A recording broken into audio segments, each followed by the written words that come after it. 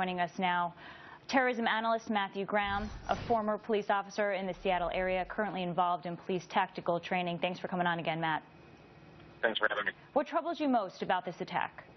Well, what troubles me the most is the fact that it actually happened. And one of those, what I mean by that is what we're seeing is a terrorist act that has a level of sophistication in its easiness.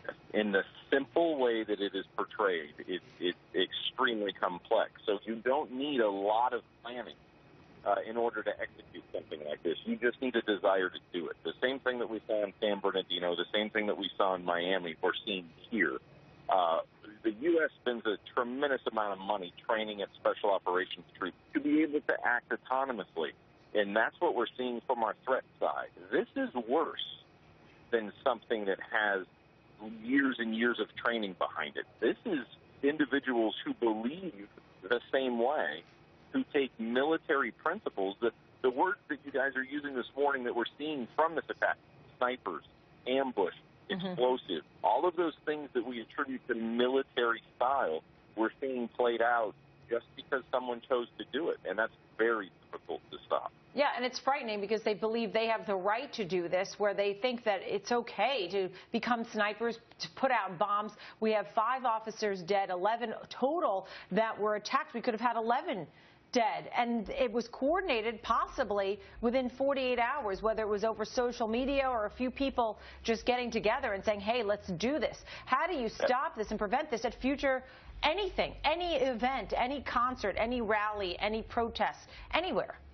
Absolutely, and it goes to a cultural piece, and I think that's one of the things that we would need this morning from the president is, yes, he is speaking to how this is unacceptable, yet every statement he makes, he uses the word but, and I think that just leaves the door open for people to justify what's going on. He'll talk about how this is devastating and we don't do this, and this is the role of law enforcement in America, and then he'll say, but, you know, not everybody is the best cop on the street.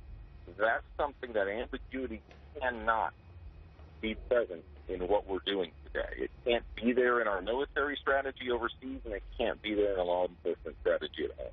Perhaps what's more concerning about this Dallas attack, as we called it, an ambush, snipers, and the like, domestic terrorism, Matthew, is that it happened here at home, Americans on Americans. This isn't a radical Islamic terrorism right now. This is perhaps racism.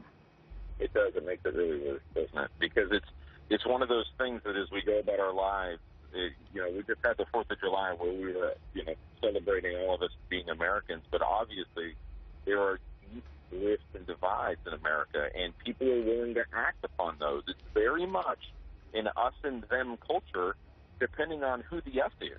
Is everybody sees it as their individual championed cause, and when this is an acceptable result of that, of a group of individuals being able to come together on short notice and exploit an opportunity for their gain, then I don't know where we are.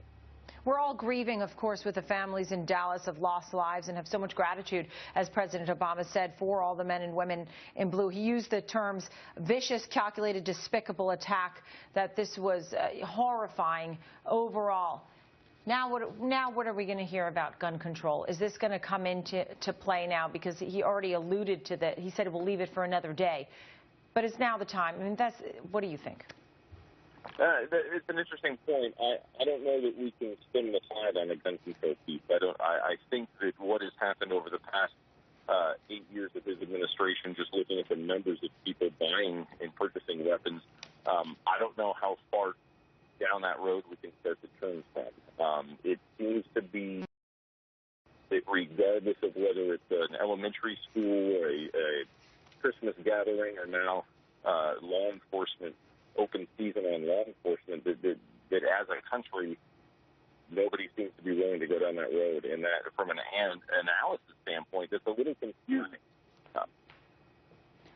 Matthew Graham, terrorism analyst, thank you for your time this morning. We really appreciate it. And just to get our viewers up to speed, 11 officers attacked in Dallas, 5 of them dead. It happened at a rally.